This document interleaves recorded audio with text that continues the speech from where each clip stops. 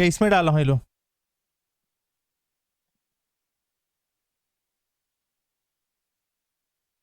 इधर है सजन, ये लो इधर से, इधर जी, इधर बुला रहा हूँ। ओके मैं डाल दी हूँ। कहीं जा रहे हो क्या? कुछ नहीं, हाँ ले जाओ। हाँ 1993। अब सुनो, सामने खोलने के 1 2 3 4 5 6 और वो 1993। हेलो हेलो हेलो, हाँ जी आवाज आ रहा है? लाइव क्लास वालों को थोड़ा रिप्लाई करिए फटाफट, रिप्लाई करो जल्दी, रिप्लाई करो फटाफट। हाँ देखो, अभी हम लोग पढ़ रहे हैं निर्देश फ्रेम, फ्रेम ऑफ रेफरेंस, ध्यान दीजिएगा ना।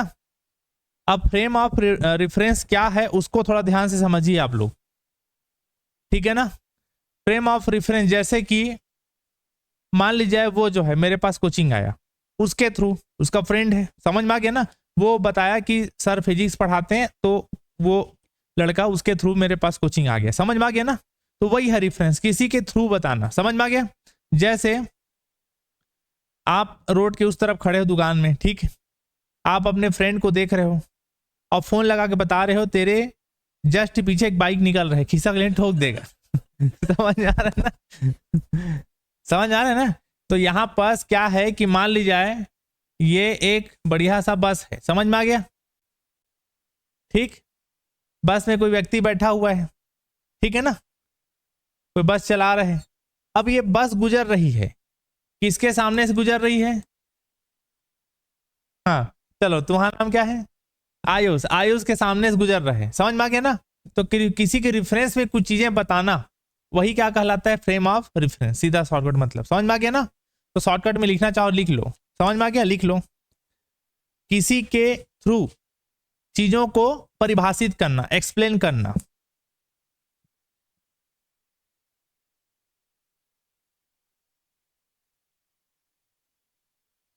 समझ में आ गया ना। किसी के द्वारा किसी भी ऑब्जेक्ट को, कोई भी वस्तु को क्या करना? एक्सप्लेन करना, डिफाइन करना, परिभाषित करना, जो लिखना चाहो लिख लो, समझ में आ गया। ये कहलाता है फ्रेम ऑफ रेफरेंस, ठीक। तो यहां बताइए, इधर देखो, क्या नाम बताए? आयुष, अरे वो लोग नाम ले रहे थे, मैं नाम ले दिया, ठीक। जैसे आयुष के सामने से एक बस गुजर रही है, तो यहां फ्रेम ऑफ रेफरेंस कौन हुआ? आयुष, समझ में आ गया ना। उसके सामने से एक बस गुजर रही, मैं दूर से देख रहा हूं कि आयुष के सामने से एक बस गुजर रही, तो यहां फ्रेम ऑफ रेफरेंस कौन हो गया? आयुष हो गया।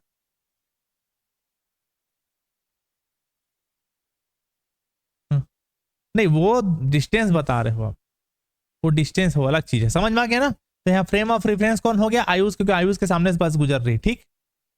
दो टाइप के होते हैं, लिखो, two type of frame of reference, type of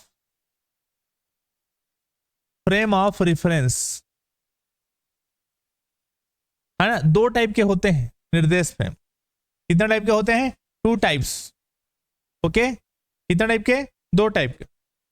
पहला जड़त्वीय निर्देश फ्रेम, इंग्लिश में बोलेंगे इसको inertial frame of reference, inertial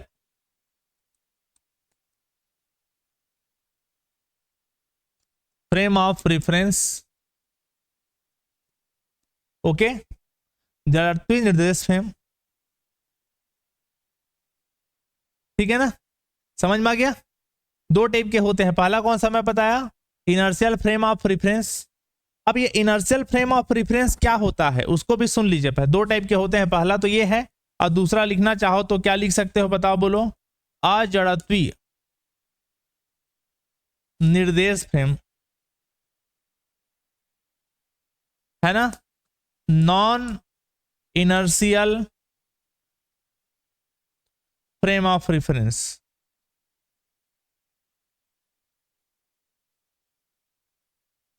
समझ में आया नहीं है? दो टाइप के होते हैं, सुन लो ध्यान से, होता क्या है? जड़त्वीय और अजड़त्वीय, इनर्शियल, इनर्शियल और नॉन इनर्शियल। क्या होता है दोनों, वो सुन लीजिए। अगर कोई भी ऑब्जेक्ट अगर कोई भी ऑब्जेक्ट न्यूटन्स लॉ को फॉलो करता है, न्यूटन के कितने लॉ होते हैं?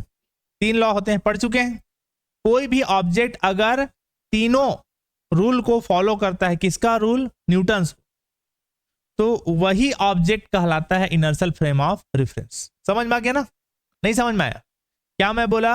अगर कोई भी ऑब्जेक्ट कौन से लॉ को फॉलो करता हो? न्यूटन्स लॉ को फॉलो करता हो।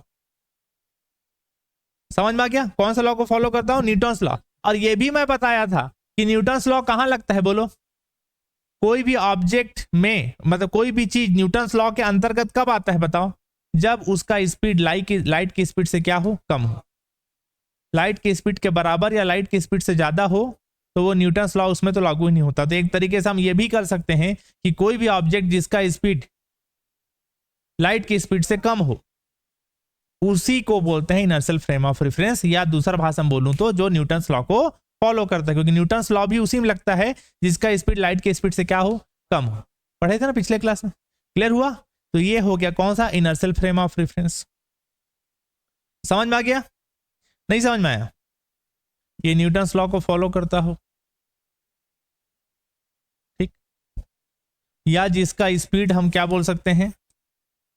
लाइट के स्पीड से क्या हो बताओ, बोलो? लेस देन, लाइट के स्पीड से कम हो गया। अब आगे देखिए, non inertial frame of reference किसको बोलेंगे बताओ? सीधी सी बात है, इसका ठीक उल्टा है। बताओ बताओ जी। ये न्यूटन्स लॉ फॉलो नहीं करना चाहिए। डू नॉट फॉलो कौन सा law? Newton's law. Do not follow Newton's law. Newton's law follow नहीं करता है। और एक ठो में नहीं लगता है, बताइए न्यूटन्स लॉ और किस में नहीं लगता है बताओ, बोलो? Rotational motion. कौन सा मोशन? Rotational motion. हिंदी में क्या बोलते हैं इसको?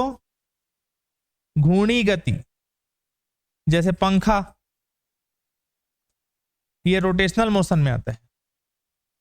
समझ में आ गया ना? पंखा जो घूमता है, समझ में आ गया? तो 2 ठो बताया। एक ठो बोला कौन सा? इनर्शियल फ्रेम ऑफ रेफरेंस, जो न्यूटन्स लॉ को फॉलो करता है। और एक दूसरा कौन सा मैं बताया, बताओ? Non inertial frame of reference, जो न्यूटन्स लॉ फॉलो नहीं करता है। क्लियर हुआ कि नहीं हुआ? नहीं आया जी समझ में? थोड़ा देख लो, फिर लिखते रहना आराम से, बाद में रुको। क्लियर हुआ? ठीक, आगे देखिए। अब हो गया। अब हम पढ़ते हैं सेंटर ऑफ मास। क्या? Centre of mass. समझ में आ गया? हिंदी में क्या बोलेंगे? द्रव्यमान केंद्र। द्रव्यमान केंद्र, सेंटर ऑफ मास। क्या होता है सेंटर ऑफ मास? बिल्कुल सेंटर ऑफ मास ये तो गिर जाएगा मेरा। सेंटर ऑफ मास क्या है?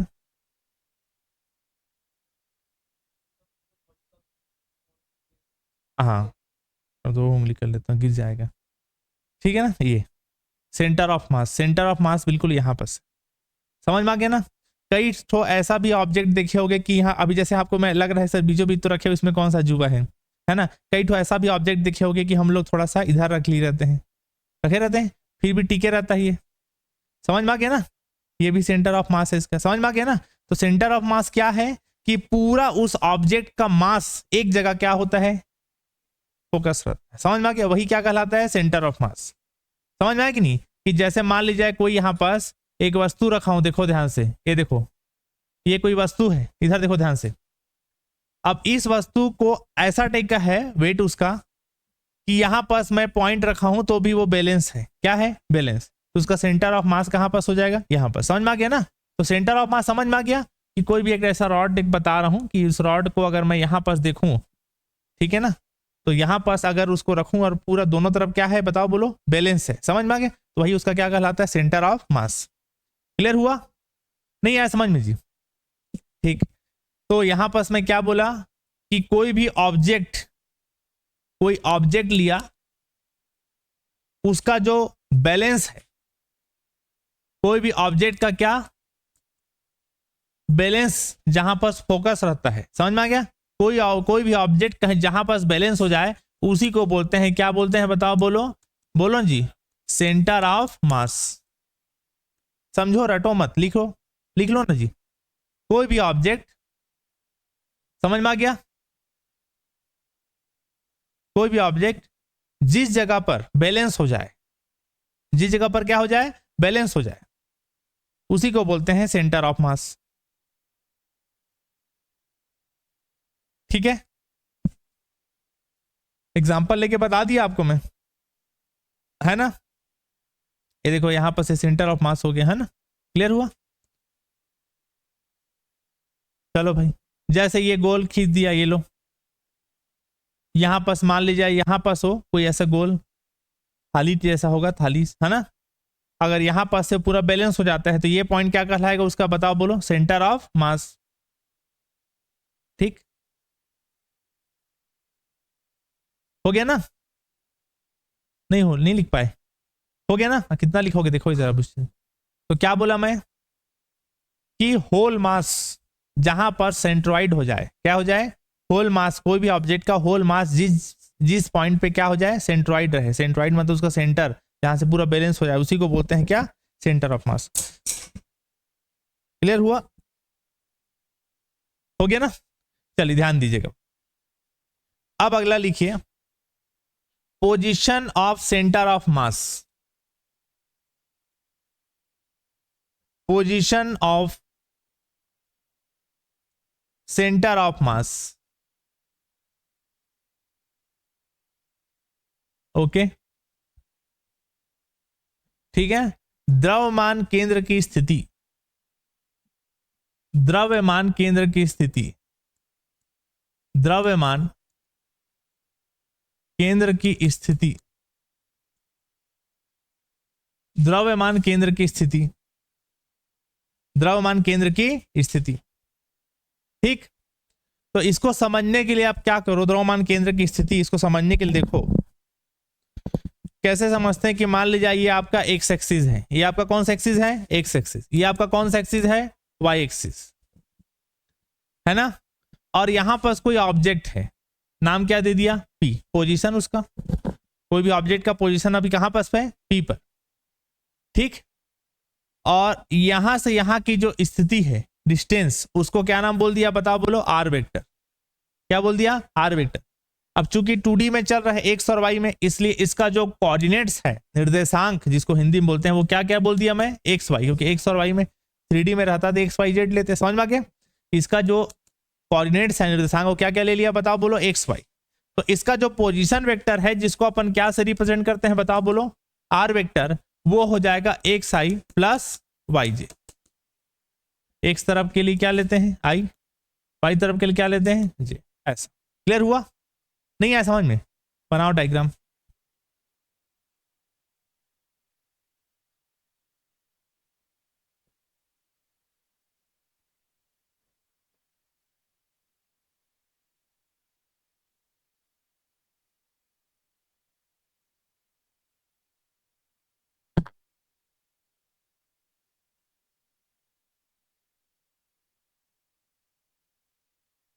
देखना उसमें टकराना, एकदम ऊपर खींच के बांध मत देना, क्योंकि उसमें फिर आई भैंसी का। और ले लो कुर्सी, सबको रख दो, कपड़ा उधर रख दो और ले लो कुर्सी उसी। हो गया जी, बना लिए डायग्राम को। चलो आगे देखो। अब यहां पर जैसे मान ली जाए कोई एक बड़ा ऑब्जेक्ट है, कोई एक क्या ले लिया, बताओ, बोलो, बड़ा सा ऑब्जेक्ट लिया, इधर ध्यान दो, और उसका दो भाग है, मान ली जाए, कितना भाग है, दो, 2 पार्ट्स में डिवाइड है, इधर ध्यान दो। एक पार्ट का जो मास है उसको मैं क्या मान लिया, m1, और एक पार्ट का मास क्या मान लिया, बताओ, बोलो, m2। समझ में आ गया ना? कोई एक बड़ा सा ऑब्जेक्ट था जिसको कितना पार्ट में डिवाइड किया, 2 पार्ट में, एक पार्ट का मास कितना ले लिया, m1, दूसरे पार्ट का मास कितना ले लिया, m2। समझ में आ गया? तो यहां पर जो है इसका जो निकालेंगे अपन, कहां गया, sorry, position of centre of मास, जब इसका निकालेंगे तो कैसे निकालेंगे देखना, इसका अपन थोड़ा प्रूफ करा के दिखाना पड़ेगा इसको, कि एक साइड का मास कितना ले लिया, बताओ, बोलो, m1, एक साइड का मास कितना ले लिया, बताओ, बोलो, m2। समझ में आ गया? ठीक, और यहां पास आप क्या करो कि यहां पास इसका सेंटर पॉइंट ले लिया r, ठीक है, एक मिनट ना, इसका जो है यहाँ पर इसका सेंटर ऑफ मास को मैं क्या ले लिया बताओ बोलो, m ले लिया मान लिया। ठीक, एक साइड का मास कितना है m1, एक साइड का मास कितना है m2। उसके बाद ये इस तरफ मान लिया फोकस है, ये देखो इस तरफ ऐसे। ठीक, तो यहां पर मान लीजिए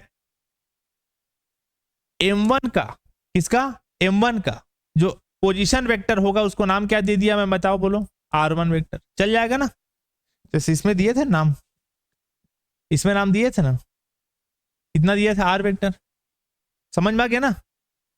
r वेक्टर समझ में आया नहीं, यहां पास क्या लिख सकते हो आप o, तो आपको समझ में आएंगी चीजें कि p का o से देखूं पोजीशन वेक्टर तो क्या नाम दूंगा, r वेक्टर।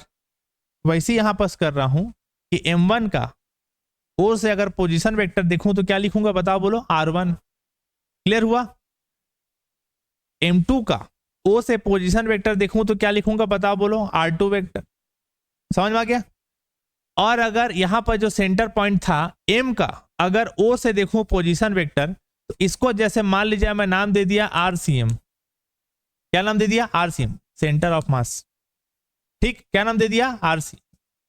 तो यहां पर ध्यान दीजिएगा, अब इसमें इसको प्रूफ करा के दिखाएंगे। तो यहां पर ओ, यहां फिक्स पॉइंट है ना, याद रखना। ओ क्या है बताओ बोलो, ओ एक फिक्स पॉइंट है, ठीक है ना। और ये क्या है बताओ बोलो, सेंटर ऑफ मास है। कौन, एम।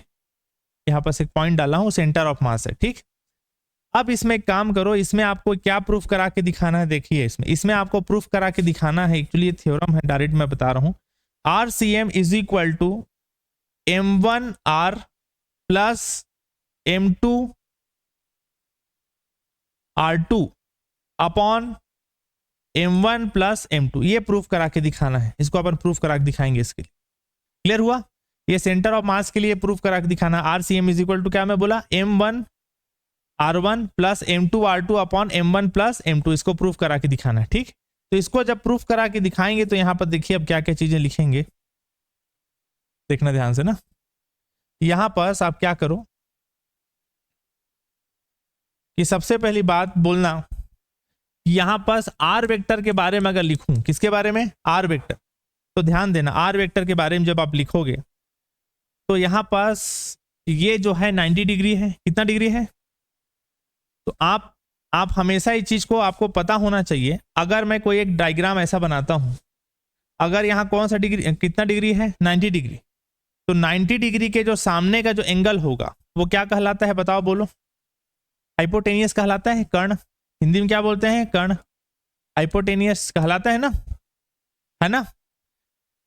तो पाइथागोरस प्रमेय के हिसाब से अगर मैं लिखूं, किसके हिसाब से, पाइथागोरस, कि जो सबसे बड़ा जो साइड होता है, ये सबसे बड़ा साइड होगा कर्ण, सबसे बड़ा जो साइड होगा वो बाकी दोनों साइड के सम के इक्वल होता है। ये नॉर्मल ट्रिग्नोमेट्री का फार्मूला है, पाइथागोरस नहीं, नॉर्मल ट्रिग्नोमेट्री का फार्मूला है कि सबसे बड़ा साइड दोनों साइड के सम के इक्वल होता है, योग के बराबर होता है। समझ में आ गया।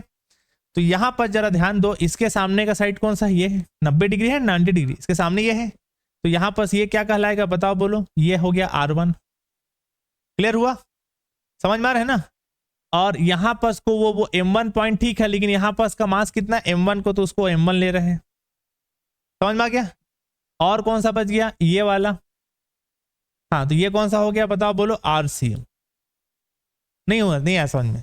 तो इसके लिए अगर मैं लिखूं तो क्या क्या लिखूंगा बताओ बोलो, R1 vector is equal to, बोलो ना क्या क्या लिखूंगा बताओ, RCM प्लस M1, ये लिखा जा रहा है। क्लियर हुआ, कहां से आया, नहीं आया जी, समझ में आ गया ना।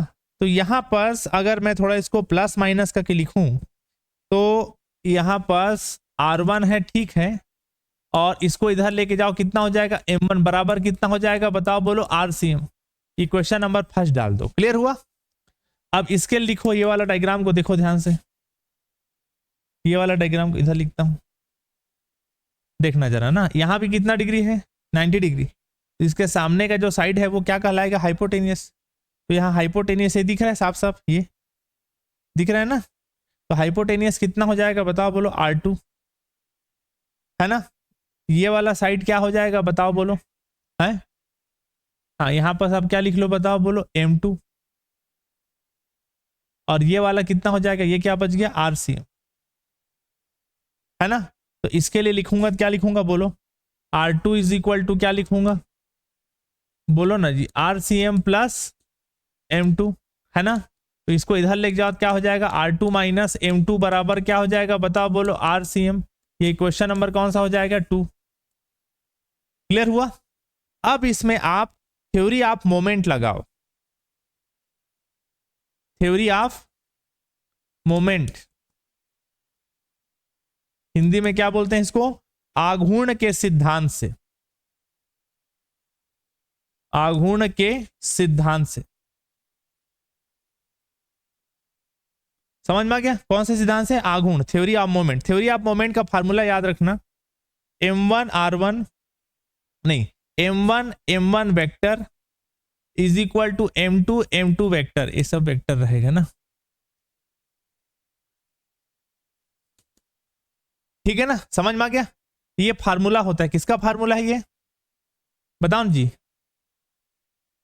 आघूर्ण के सिद्धांत से, थ्योरी ऑफ मोमेंट के फार्मूला से, ठीक है ना। तो यहां से M1 का निकाल रहे जी वैल्यू, फालतू जबरन किसको, M1 का वैल्यू निकालो, सॉरी M1 का वैल्यू क्या निकलेगा बताइए तो, बताओ जी M1 का वैल्यू क्या निकलेगा, R वेक्टर क्या हो जाएगा RCM, यहां पर सॉरी थोड़ा सा M2 निकालना है, यहां से M2 क्या हो जाएगा बताओ, बोलो, इसको उधर ले जाओ क्या हो जाएगा, R2 वेक्टर माइनस RCM, हो गया। इसको रखो यहां पास, ये फार्मूला है ना, थ्योरी ऑफ मोमेंट का इक्वेशन बनता है, इसमें रखना है अपन को वैल्यू। M1 का वेक्टर का वैल्यू रखो, बोलो R वेक्टर माइनस क्या हो जाएगा RCM, यहां पास क्या है M2 और इसका वैल्यू बताओ, बोलो R वेक्टर माइनस RCM, ठीक है भाई, नहीं आया समझ में, ये वैल्यू रखें, अंदर गुणा करो तो बोलो। और हाँ एक चीज और ध्यान रखना, हम इसमें न्यूटन्स लॉ भी अप्लाई करेंगे, कौन सा लॉ, न्यूटन्स का थर्ड लॉ बताओ, तो कौन बताएगा, आप बताओ, दिन आए थे ना न्यूटन्स का, हाँ बताओ न्यूटन्स का थर्ड लॉ बताओ, ऐसी समझा दो कि एक झापड़ उसको मारो पलट को आपको मारेगी, ही था ना, अब याद आ जाएगी, यही था ना। हाँ तो उसमें माइनस लगता है, क्या लगता है, माइनस, अपोजिट साइड में जाता है, इसलिए समझ में आ गया ना। तो यहाँ न्यूटन्स लॉ लगाने, न्यूटन्स लॉ भी अप्लाई होगा बोल के इसमें माइनस लगा रहे हैं, क्योंकि ये अपोजिट डायरेक्शन लगेगा, समझ में आ गया ना, यह माइनस क्यों लगाया, समझ में आ गया, ठीक। अब यहाँ इसको अप्लाई करो, चलो बोलो, अंदर गुणा करो, इसका कितना हो जाएगा, M1 R1 minus M1 RCM is equal to minus M2 R, ये इधर जा क्या हो जाएगा, माइनस माइनस क्या हो जाएगा प्लस M2 और क्या हो जाएगा RC, नहीं है समझ, ये R2 था क्या, हाँ ये R2 था ना, क्लियर हुआ, नहीं आया समझ में। अब इसको थोड़ा सॉल्व कर दो, अब आपको देख के समझ में आ जाएगा क्या करना क्या है इसमें, बताओ। इसको आप इधर लेके आओ, तो यहां पर क्या है M1 R1 है, इसको इधर लेके आओ तो क्या हो जाएगा, प्लस M2 R2 हो जाएगा, होगा ना। ये माइनस को उधर ले जाओ तो क्या हो जाएगा, प्लस M1 क्या हो जाएगा बताओ, बोलो RCM, और ये क्या हो जाएगा M2 क्या हो जाएगा RCM, नहीं आया समझ में। अब इसके बाद जो है दोनों कॉमन क्या निकालोगे, RCM निकलेगा कॉमन, क्या बचेगा M1 प्लस M2, और यहां पर क्या बचेगा बताओ, बोलो M1 R1 plus M2 R2। अब इसको जो है RCM जो है ठीक है, M1 प्लस M2 को नीचे लेके आ जाओ, तो क्या बचा M1 R1 वेक्टर प्लस बोलते जाओ M2 R2 vector upon M1 plus M2 बराबर ये बच्चा, समझ में आ गया, ये प्रूफ करके दिखाना था, ठीक। तो ये कितना पार्टिकल के निकला, 2 पार्टिकल, कितना पार्टिकल के लिए, M1 M2 दो भाग में ब्रेक किए थे, बड़ा पार्टिकल को 2 भाग में ब्रेक किए थे M1 और M2, पता नहीं बताया यहां पर कितना भाग में ब्रेक किए थे, 2 भाग में। अगर इसी को मैं बहुत सारे भाग, इसको नीचे लिख लेना यहां पर से, कितना के लिए हुआ, ये 2 पार्टिकल के लिए हुआ, ये फॉर 2 पार्टिकल, समझ में आ गया, ये 2 पार्टिकल के लिए हुआ। अगर इसी को मैं m पार्टिकल के लिए चेंज करूं, कितने पार्टिकल के लिए बोलो जी, m पार्टिकल के लिए चेंज करूं, फॉर m पार्टिकल, समझ में आ गया। यहां पर जो था गोला बनाए थे ना स्टेप के लिए, यहां पर बहुत सारे मास में डिवाइड किया, कि मैं माना कि एक बड़ा गोला है, सिस्टम है जो बहुत सारे पार्टिकल से मिलकर बना है, समझ में आ नहीं आया। एक आपके पास क्या है बताओ, बड़ा सा सिस्टम है जो बहुत सारे किससे मिलके बना है, पार्टिकल्स। मान लीजिए एन पार्टिकल से मिलके बना है, M1 ले लिया और बोलो M2 ले लिया, M3 ले लिया और ऐसे Mn ले लिया। समझ में आ गया? फिर वही पास इसका पोजीशन वेक्टर बताओगे ओ से करते हैं ना। तो मान लीजिए इसका पोजीशन वेक्टर मान लीजिए कितना है, R1 वेक्टर। क्या है इसका, बोलो जी, R1 वेक्टर। इसका पोजीशन वेक्टर क्या है, R2 वेक्टर। इसका पोजीशन वेक्टर क्या है, R3 वेक्टर। ऐसी इसका पोजीशन वेक्टर क्या है, Rn वेक्टर। समझ में आ गया? आप लिखना थ्योरी को, एक बड़ा सा सिस्टम है जो बहुत सारे पार्टिकल से मिलकर बना है। मान लीजिए वो n पार्टिकल से मिलकर बना है, तो पहले वाला पार्टिकल का मास M1, दूसरे का M2, तीसरे का M3 और आखिरी वाले क्या है, Mn है, रेडियस बोल के। समझ में आ गया? फिर पहले वाला पार्टिकल का जो पोजीशन वेक्टर है वो से वो कितना है, R वेक्टर, R2 वेक्टर से लिखना है। समझ में आ गया? तो इसके लिए अगर मैं लिखूं डायरेक्टली तो क्या लिखूंगा बताओ, बोलो RCM। इसको देख देख के बताओ ना, इसको RCM इज इक्वल टू इतना निकला है, तो इसका कितना निकलेगा बताओ, बोलो RCM इज इक्वल टू बोलो M1 R1 लिखेगा ना, M2 R2, क्या लिखोगे लास्ट में, Mn Rn लिखोगे ना, ऐसा क्लियर हुआ? अगला बताओ इसी क्या लिखोगे बताओ, बोलो नीचे में क्या क्या था, देखो इसके M1 प्लस M2 था, तो इसके नीचे में क्या आएगा बताओ, बोलो M1 प्लस M2 डेस क्या लिखोगे बताओ, बोलो Mn, या Mi भी कर देते हैं जैसा आपको ठीक लगे। समझ में आ गया? फिर इसको मिला के लिखोगे तो ऊपर को मिला के क्या लिख सकता हूं बताओ, बोलो समेसन Mi Ri लिख दिया और i बराबर 1 to n लिख दिया। i इज इक्वल टू 1 रखो, ये मिलेगा। समेसन का मतलब क्या होता है, प्लस i बराबर 2 रखोगे ये मिलेगा। डेस कहां तक गया है, n तक, i बराबर n रखोगे तो ये मिलेगा। और समेसन मतलब क्या होता है, सम। इसको ये लिखते हैं फार्मूला। क्लियर हुआ? नीचे वाले को भी लिखना चाहो तो एक साथ लिख सकते हो, समेसन क्या लिख दिया बताओ, बोलो Mi और i is equal to 1 to क्या लिख सकते हो, n। समझ में आ गया? i इज इक्वल टू 1 रखोगे ये मिलेगा, 2 रखोगे ये मिलेगा, n रखोगे वो मिलेगा। इसको एक लाइन और लिख रहा है, वो क्या लिखना चाहोगे तो और लिख सकते हो बताओ।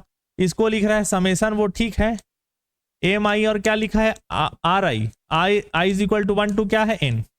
नीचे वाले को वो इतना को सॉल्व करने के बाद वो कैपिटल M मान रहा है। क्या मान दिया, कैपिटल M। कि मान लीजिए पहले वाले का मास जो है 2 ग्राम, अगला 5 ग्राम, 7 ग्राम। समझ में आ गया? सबको जोड़ने पे कितना आ गया, 70 ग्राम। समझ में आ गया? तो इकट्ठा कैपिटल M मान दिया। क्लियर हुआ? बस ये हो गया किसका वैल्यू, बोलो RCM। तो वो जो पिछला बनाए थे वो कितना पार्टिकल के था, 2 पार्टिकल्स। ये वाला कितना पार्टिकल के लिए है, n ले लो, चलो n पे बनाए हैं। तो समझ में आ गया? क्लियर हुआ कि नहीं हुआ जी? तो ये हो गया। इसके बाद एक थ्योरम प्रूफ करेंगे अपन इसी का, ठीक? तो पहले इतना को लिख लो। नहीं इसको अलग से बताऊंगा थ्योरम, कंफ्यूज हो जाओगे। चलो लिखो।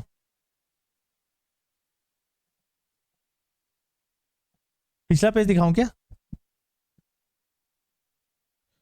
कहां से, कहां से, यहां से लिखोगे ना।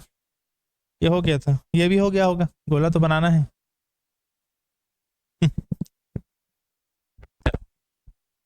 ठीक है, देखो क्या है ना, कॉलेज के बच्चे ऐसे ही पढ़ते हैं, समझ में आ गया? फिर वहां लिखते हैं अपने शब्दों में।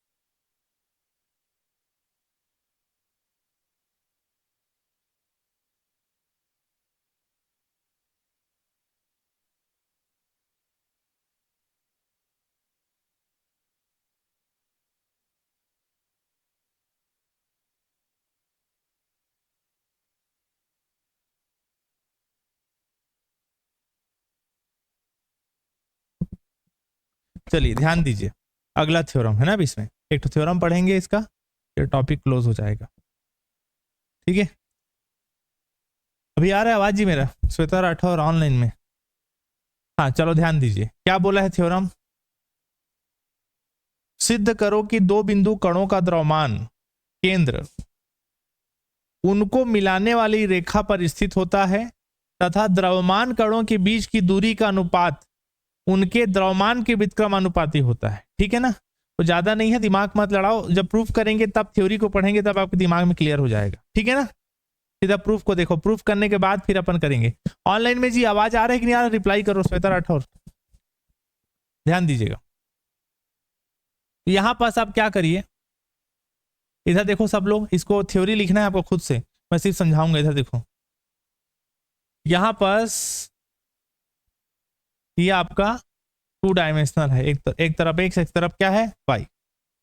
तो यहां पास अपन क्या किए हैं कि एक जगह पर एक ठो पार्टिकल है, नाम क्या दिए ए, और यहां पास ही ले लिया है क्या, बी ले लिया है। ठीक है ना, 2 ठो है, ए और क्या है बताओ, बोलो बी। ठीक, यहां पास ओ है जहां से पोजीशन वेक्टर बताना है, यहां से उसका जो पोजीशन वेक्टर है उसको नाम क्या दे देता हूं मैं, आर ए, ये लो, चल जाएगा ना। यहां से बी के लिए पोजीशन वेक्टर क्या दूंगा बताओ, मैं बोला आर बी, बोलते जाओ ना जी, आप ही लोग बोलो कि 2 पार्टिकल है, ये पॉइंट ओ है, वहां से पोजीशन वेक्टर क्या है बताओ, बोलो आर ए, और क्या है बताओ, बोलो आर बी। हो गया। उसके बाद ए और बी इन दोनों का सेंटर ऑफ मास, क्या सेंटर ऑफ मास, मैंने सी को ले लिया, किसको ले लिया, सी को, ऐसे मिला दिया। लो, लेते थे ना, पिछला वाला में किए थे, सेंटर ऑफ मास किसको ले लिया, सी। सी क्या है, सेंटर ऑफ मास किसका, ए और बी का, ए बी नहीं, ए और बी का। समझ में आ गया ना, नहीं आया समझ में। उसके बाद मैं डिस्टेंस बता रहा हूं, कहां से कहां का डिस्टेंस, ए से लेके सी का डिस्टेंस, आर ए सी नाम दे दिया। आर ए सी क्या है, बोलो बोलो ना जी, ए और सी के बीच का क्या है, डिस्टेंस, इसको नाम मैं दे दिया R B C, B C A C, ऐसे नाम पलटोगे तो माइनस लग जाएगा, याद रखना। अगर नाम बी सी को पलट के क्या लिखो, ए सी, तो सामने क्या लग जाएगा, माइनस। तो आर बी सी क्या है बताओ, बोलो बी से लेके सी के बीच का डिस्टेंस। समझ में आ गया ना, नहीं आया समझ में, क्लियर हुआ। उसके बाद जो है सेंटर ऑफ मास का भी पोजीशन वेक्टर बताना पड़ेगा। अब उसके लिए नाम क्या दे दिया, कैपिटल आर, याद है पिछला वाला में लिए थे, इसको कैपिटल आर से शो करेंगे ना इसका पोजीशन वेक्टर को। इसको नाम दे दिया सी एम, सी एम मतलब सेंटर ऑफ मास। नहीं आया समझ में, ये सब थ्योरी में आप खुद लिख लोगे, कोई बहुत भारी चीज नहीं है, समझ में आ गया। ए और बी है 2 पार्टिकल, क्लियर हुआ। इसका जो मास है, इसका पार्टिकल ए का मास ए में है, बोलना इसका मास कितना है, बोलो एम बी है। पॉइंट ओ से इसका पोजीशन वेक्टर कितना है, R A vector. Point O से बी का पोजीशन वेक्टर कितना है, आर बी। ए और सी का सेंटर ऑफ मास क्या है, पॉइंट सी, क्या है, पॉइंट सी। इसका जो पोजीशन वेक्टर उसका नाम क्या दिया, आर सी एम। ए से लेके सी का बीच का डिस्टेंस क्या है, आर ए सी। बी से लेके सी का बीच डिस्टेंस कितना है, आर बी सी। क्लियर हो गया। अब इसमें लगाता हूं मैं ट्राइंगल फार्मूला, ठीक है ना, त्रिभुज फार्मूला, ठीक, ट्रायंगल लॉ। तो ट्रायंगल लॉ से आप जानते हो, ट्रायंगल लॉ से यहां पास सबसे बड़ा ए, यहां पास इसको 90 डिग्री सोच के लेगा, ठीक है ना। तो ये आपका कौन सा हो जाएगा, हाइपोटेनियस। तो क्या हो जाएगा बोलो, तो जल्दी बोलो, आर सी एम, बोलते जाओ, चलो R C M is equal to क्या होगा, बोलो बोलो जी। एक साइड ये हो गया, कौन सा हो गया, आर ए, है ना, ये आर ए वेक्टर हो गया।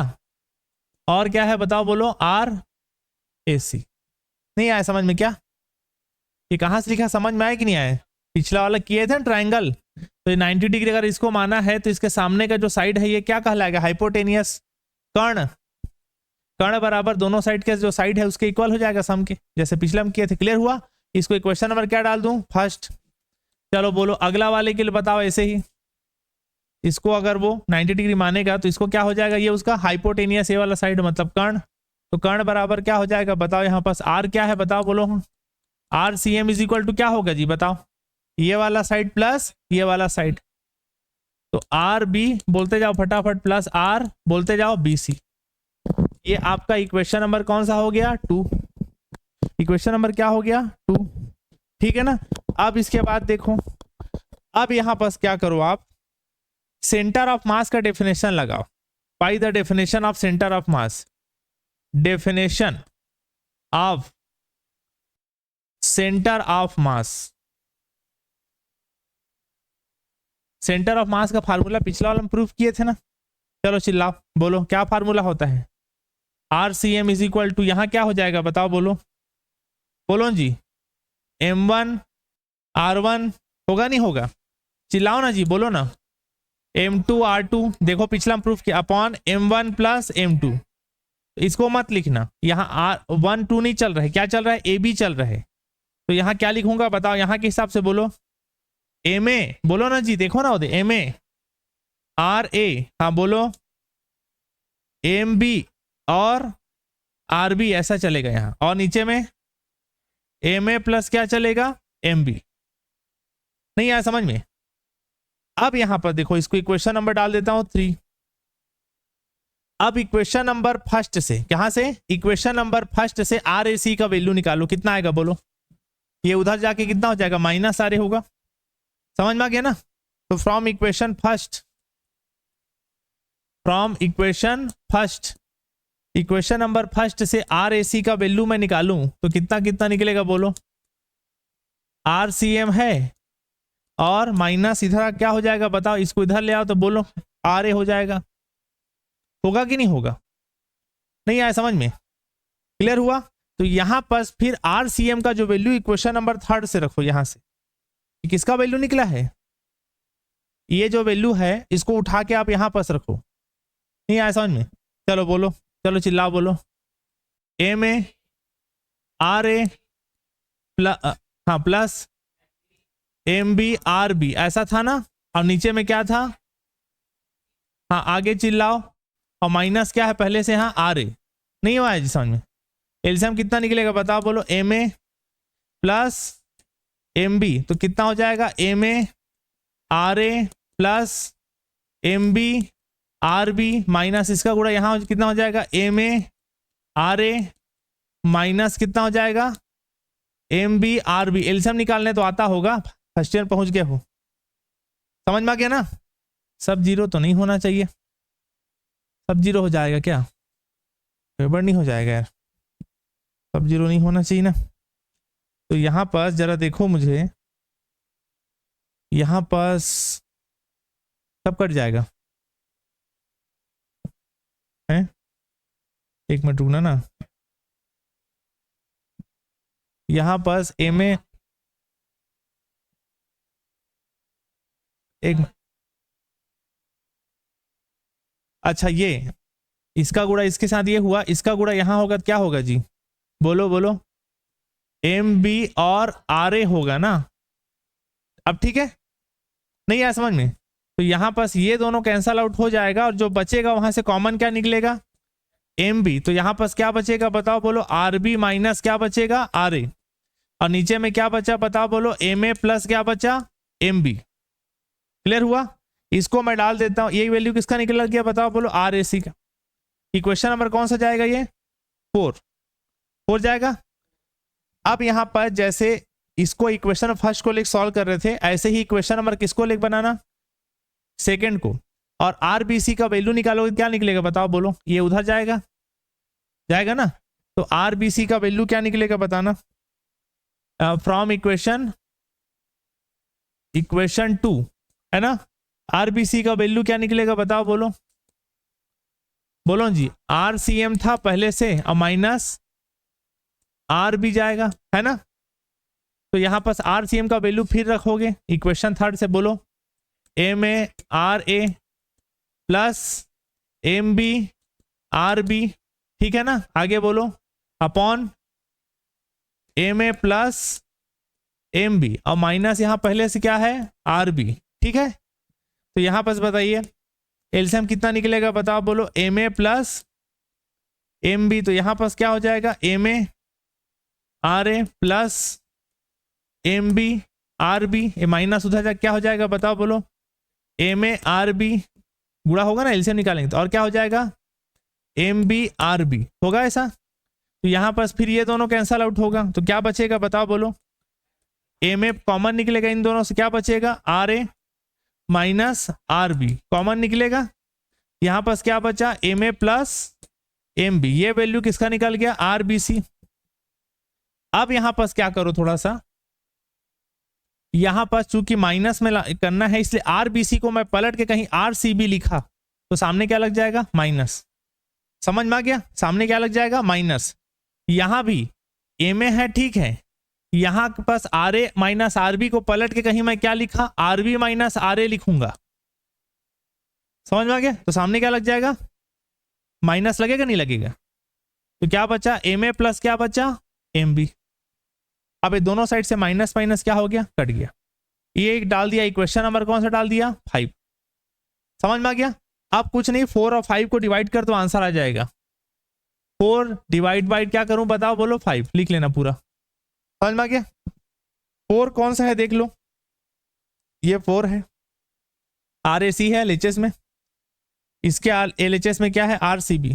तो बताओ आर ए सी एलएचएस में डिवाइड करूंगा तो बोलो ना जी आर ए सी और बोलो आर सी बी था। समझ में आ गया। डिवाइड करूंगा तो इसके एलएचएस में देखो R B minus R A और M A plus M B, यहां भी वही चीजें हैं देखो R B minus R A M A plus M B. समझ में आ गया, पूरा पूरा क्या हो जाएगा डिवाइड, नहीं आया समझ में जी। तो यहां पास बचा क्या बचा बताओ बोलो एम बी, और इसमें क्या बचेगा बताओ बोलो एम ए, बस इतना ही बचेगा ना। तो क्या बचा बताओ बोलो M B upon M A, यही लाके दिखाना था। समझ में आ गया, यही आपको प्रूफ करा के दिखाना था इसमें। ठीक, अब थ्योरी को पढ़ो, इसको देखो मैं पढ़ रहा हूं ना, बोलो ठीक है।